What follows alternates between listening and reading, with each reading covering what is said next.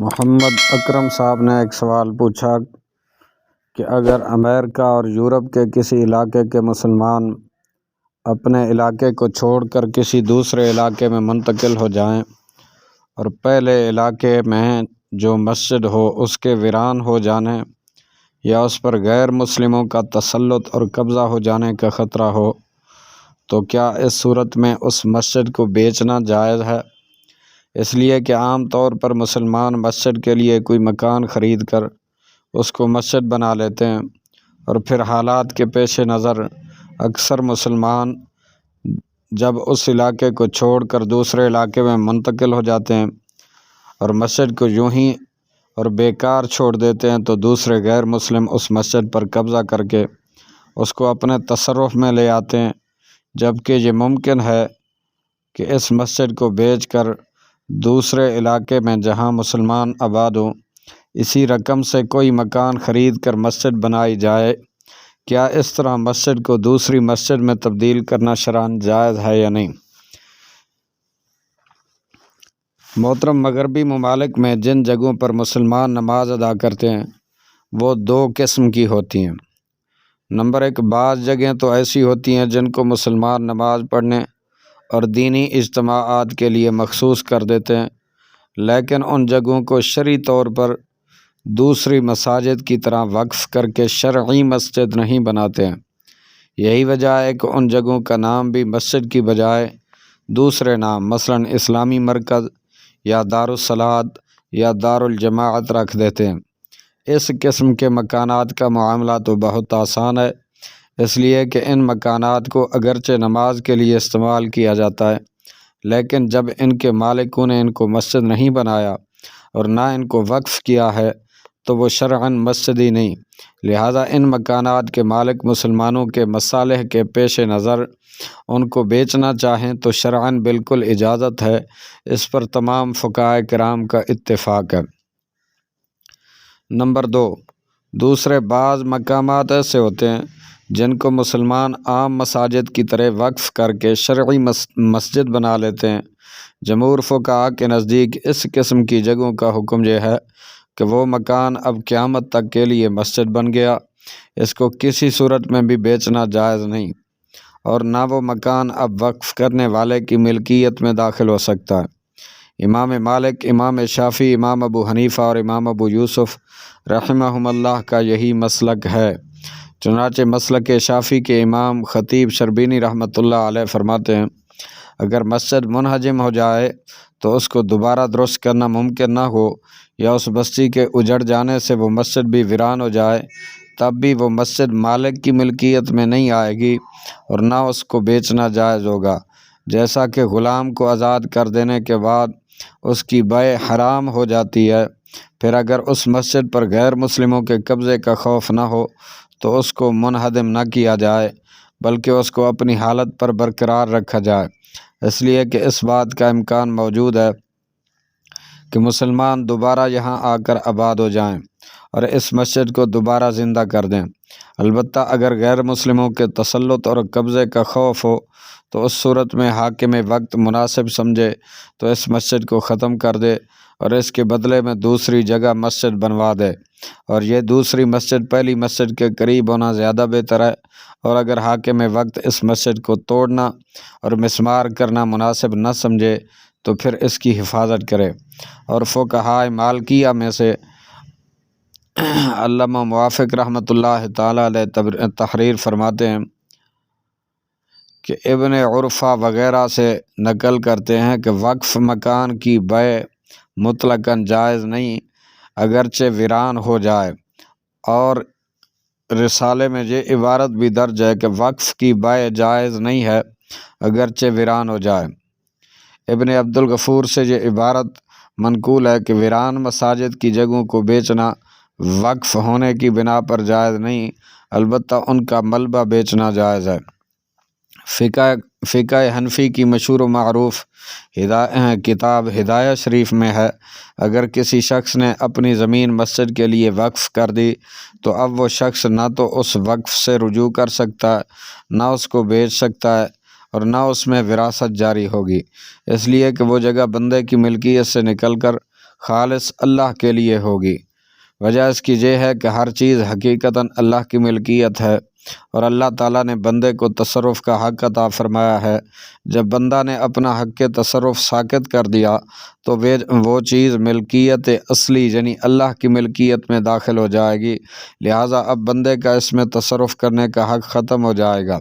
جیسا کہ آزاد کردہ غلام میں بندے کا حق کے تصرف ختم ہو جاتا ہے۔ اور اگر مسجد کے اطراف کا علاقہ ویران ہو جائے اور مسجد کی ضرورت باقی نہ رہے تب بھی امام ابو یوسف رحمۃ اللہ علیہ کے نزدیک مسجد ہی رہے گی، اس لیے کہ اس کو مسجد بنانا اپنا حق ساقط کرنا ہے، لہذا بندے کا اپنا حق ساقط کرنے کے بعد دوبارہ وہ حق اس کی ملکیت میں واپس نہیں آئے گا۔ البتہ امام احمد رحمۃ اللہ علیہ کا مسلک یہ ہے کہ اگر مسجد کے اطراف کی آبادی ختم ہو جائے اور مسجد کی ضرورت بالکلیہ ختم ہو جائے تو اس صورت میں مسجد کو بیچنا جائز ہے۔ چنانچہ المغنی لابن قدامہ میں یہ عبارت بھی منقول ہے کہ اگر وقف کی زمین ویران ہو جائے اور اس کے منافع ختم ہو جائیں، مثلاً کوئی مکان تھا وہ منہدم ہو گیا، یا کوئی زمین تھی جو ویران ہو کر ارض اموات بن جائے، یا کسی مسجد کے اطراف میں جو آبادی تھی وہ کسی دوسری جگہ منتقل ہو جائے اور اب اس مسجد میں کوئی نماز پڑھنے والا بھی نہ رہے، یا وہ مسجد آبادی کی کثرت کی وجہ سے نمازیوں سے تنگ ہو جائے اور مسجد میں توسیع کی گنجائش بھی نہ ہو، یا اس مسجد کے اطراف میں رہنے والے لوگ منتصر ہو جائیں اور جو لوگ وہاں آباد ہوں وہ اتنی قلیل تعداد میں ہوں کہ ان کے لیے اس مسجد کی تعمیر اور درست کرنا ممکن نہ ہو، تو اس صورت میں اس مسجد کے کچھ حصے کو فروخت کر کے اس کی رقم سے دوسرے حصے کی تعمیر کرنا جائز ہے۔ اور اگر مسجد کے کسی بھی حصے میں انتفاع کا کوئی راستہ نہ ہو تو اس صورت میں پوری مسجد کو بیچنا بھی جائز ہے۔ المغنی لابن قدامہ میں شرح الکبیر جلد 6 صفحہ نمبر 225۔ امام احمد رحمۃ اللہ علیہ کے علاوہ امام محمد بن حسن الشیبانی رحمۃ اللہ علیہ بھی جواز بیع کے قائل ہیں۔ ان کا مسلک یہ ہے کہ اگر وقف زمین کی ضرورت بالکلیہ ختم ہو جائے تو وہ زمین دوبارہ واقف کی ملکیت میں داخل ہو جائے گی، اور اگر واقف کا انتقال ہو چکا ہو تو پھر اس کے ورثاء کی طرف ہو جائے گی۔ چنانچہ صاحب ہدایہ تحریر فرماتے ہیں کہ امام محمد رحمۃ اللہ علیہ کے نزدیک وہ زمین دوبارہ مالک کی ملکیت میں چلی جائے گی، اور اگر اس کا انتقال ہو چکا ہے تو اس کے ورثاء کی طرف منتقل ہو جائے گی، اس لیے کہ اس کے مالک نے اس زمین کو ایک مخصوص عبادت کے لیے معین کر دیا تھا۔ اب جب کہ وہ اس جگہ پر مخصوص عبادت کی ادائیگی منقطع ہو گئی تو پھر اس کی ضرورت باقی نہ رہنے کی وجہ سے وہ مالک کی ملکیت میں داخل ہو جائے گی، جیسا کہ مسجد کی دری، چٹائی، گھاس وغیرہ کی ضرورت ختم ہونے کے بعد وہ مالک کی ملکیت میں واپس لوٹ آتی ہے۔ ہدایہ میں فتح القدیر جلد 5 صفحہ نمبر 446۔ لہٰذا جب وہ مالک کی ملکیت میں واپس آ گئی تو اس کے لیے اس کو بیچنا بھی جائز ہوگا۔ جمہور فقہا نے وقف مسجد کی زمین کی بیع ناجائز ہونے اور مالک کی ملکیت میں دوبارہ نہ لوٹنے پر حضرت عمر رضی اللہ تعالیٰ عنہ کے وقف کے واقعے سے استدلال کیا۔ وہ یہ کہ نبی علیہ الصلوۃ والسلام کے زمانہ میں جب حضرت عمر رضی اللہ تعالیٰ عنہ نے خیبر کی زمین وقف کی تو وقف نامہ میں یہ شرائط درج کی کہ آئندہ زمین نہ تو بیچی جائے گی، نہ خریدی جائے گی، نہ اس میں وراثت جاری ہوگی، نہ کسی کو ہبہ کی جا سکے گی۔ یہ واقعہ صحیح بخاری اور صحیح مسلم دونوں میں موجود ہے، البتہ مدرجہ الفاظ جو میں بیان کر چکا ہوں یہ صحیح مسلم کے ہیں۔ امام ابو یوسف رحمۃ اللہ علیہ کی طرف سے بیت اللہ کو دلیل میں پیش کرتے ہوئے فرماتے ہیں کہ فترہ یعنی عیسیٰ علیہ السلام اور حضور علیہ السلام کے درمیان کا جو عرصہ ہے فترت کے زمانے میں بیت اللہ کے اندر اور اس کے اطراف میں بتی بیت اللہ کے اطراف میں ان کفار اور مشرکین کا صرف شور مچانے، چیخنے، سیٹیاں بجانے کے علاوہ کوئی کام نہ تھا۔ اس کے باوجود بیت اللہ مقام قربت اور مقام طاعت و عبادت ہونے سے خارج نہیں ہوا، لہٰذا یہی حکم تمام مساجد کا ہوگا کہ اگر کسی مسجد کے قریب ایک مسلمان بھی باقی نہ رہے جو اس میں عبادت کرے تب بھی وہ مسجد عمل عبادت نہ ہونے سے خارج نہ ہوگی۔ امام ابو یوسف رحمۃ اللہ علیہ کے اس استدلال پر علامہ ابن حمام رحمۃ اللہ علیہ نے ایک اعتراض یہ کیا ہے کہ فطرت کے زمانے میں بیت اللہ کا طواف تو کفار و مشرکین بھی کرتے تھے، لہٰذا یہ کہنا درست نہیں ہے کہ اس زمانے میں عبادت مقصودہ بالکلیہ ختم ہو گئی تھی۔ اس اعتراض کے جواب میں علماء فرماتے ہیں کہ بیت اللہ کے قیام کا مقصد صرف اس کا طواف کرنا نہیں، بلکہ بیت اللہ کے قیام کا بڑا مقصد اس کی طرف منہ کر کے نماز پڑھنا ہے۔ یہی وجہ ہے کہ جب حضرت ابراہیم علیہ السلام نے بیت اللہ کے جوار میں اپنی اولاد کے قیام کا ذکر فرمایا تو اس کی وجہ یہ بیان فرمائی کہ ربنا لیقیموا الصلاۃ، اے میرے رب میں نے ان کو یہاں اس لیے ٹھہرایا تاکہ یہ لوگ یہاں نماز قائم کریں۔ یہاں حضرت ابراہیم علیہ السلام نے نماز کا تو ذکر فرمایا، طواف کا ذکر نہیں فرمایا۔ اس کے علاوہ خود اللہ جل شانہ نے حضرت ابراہیم علیہ السلام کو حکم دیتے ہوئے فرمایا ان طہر بیتی للطائفین والعاکفین، میرے گھر کو مسافروں اور مقیمین کے لیے پاک کر دو۔ یہ استدلال اس وقت درست ہے جب طائفین اور عاکفین کی تفسیر مسافر اور مقیم سے کی جائے، جیسا کہ قرآن مجید کی دوسری آیت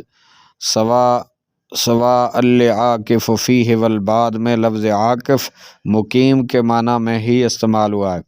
اس کے علاوہ جمہور کی سب سے مضبوط دلیل قرآن کریم کا یہ ارشاد ہے کہ وَأَنَّ الْمَسَاجِدَ لِلَّهِ فَلَا تَدْعُوا مَعَ اللَّهِ أَحَدًا۔ چنانچہ اس آیت کے تحت علامہ ابن عربی رحمۃ اللہ علیہ احکام القرآن میں تحریر فرماتے ہیں کہ جب وہ مسجدیں خالص اللہ کے لیے ہو گئیں تو بندے کی ملکیت سے آزاد ہو گئیں اور صرف عبادت ادا کرنے کی حد تک تمام مخلوق کے درمیان مشترکہ ہو گئیں۔ علامہ ابن جریر طبری رحمۃ اللہ علیہ حضرت اکرمہ کا قول نقل کرتے ہیں کہ بے شک مسجدیں اللہ کے لیے ہیں۔ حضرت اکرمہ فرماتے ہیں تمام مسجدیں اس میں داخل ہیں، کسی کی تفریق نہیں ہے۔ علامہ ابن قدام امام احمد رحمۃ اللہ علیہ کی مسلک کی تائید میں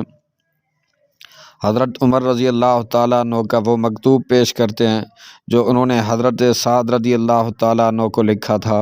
واقعہ یہ ہوا کہ کوفہ کے بیت المال میں چوری ہو گئی۔ جب اس کی اطلاع حضرت عمر رضی اللہ تعالیٰ عنہ کو ہوئی تو آپ نے لکھا کہ موضوع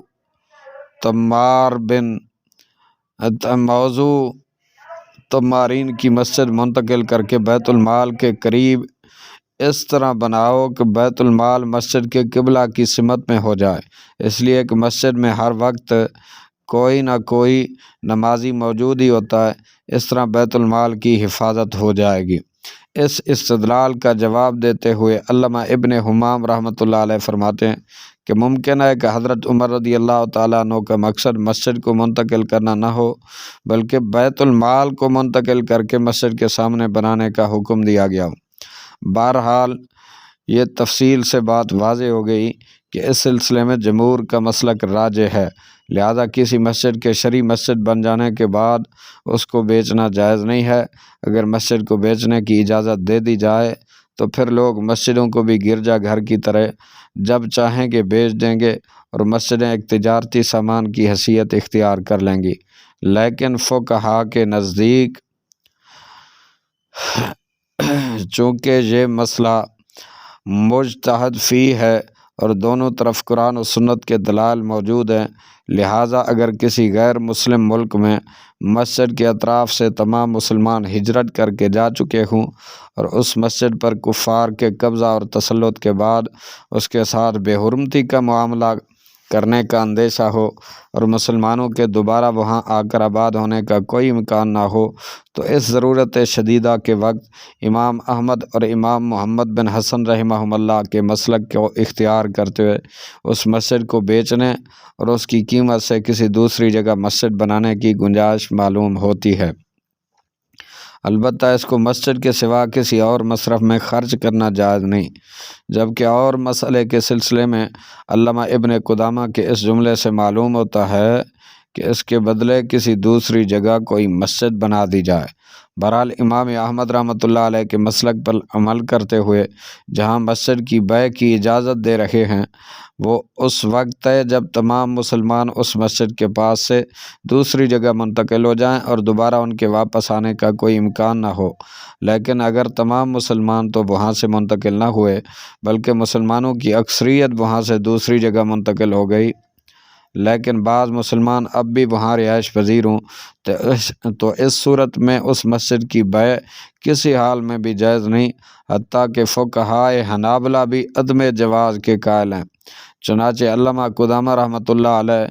تحریر فرماتے ہیں کہ اگر وقف کی مصلحت اور منفعت بالکلیہ ختم نہ ہوئی ہو لیکن اس میں کمی آ گئی ہو اور دوسری صورت میں اہل وقف کے لیے زیادہ نفع بخش اور بہتر ہے، تب بھی اس وقف کی بیع جائز نہیں، اس لیے کہ وقف میں اصل بیع کی حرمت ہی ہے، لیکن وقف کی مصلحت کے لیے اور اس کو ضائع ہونے سے بچانے کے لیے ضرورت کے تحت بیع اس وقت جائز ہے جبکہ بیع کا مقصد بھی تحصیل مقصود ہو۔ لیکن اگر موجودہ حالت میں وقف کی بیع کے بغیر ہی اس سے نفع اٹھانا ممکن ہو اگرچہ وہ نفع قلیل مقدار میں ہو، تو اس صورت میں مقصود وقف بالکلیہ ختم نہ ہونے کی وجہ سے اس وقف کی بیع جائز نہیں ہوگی۔ واللہ تعالی اعلم بالصواب۔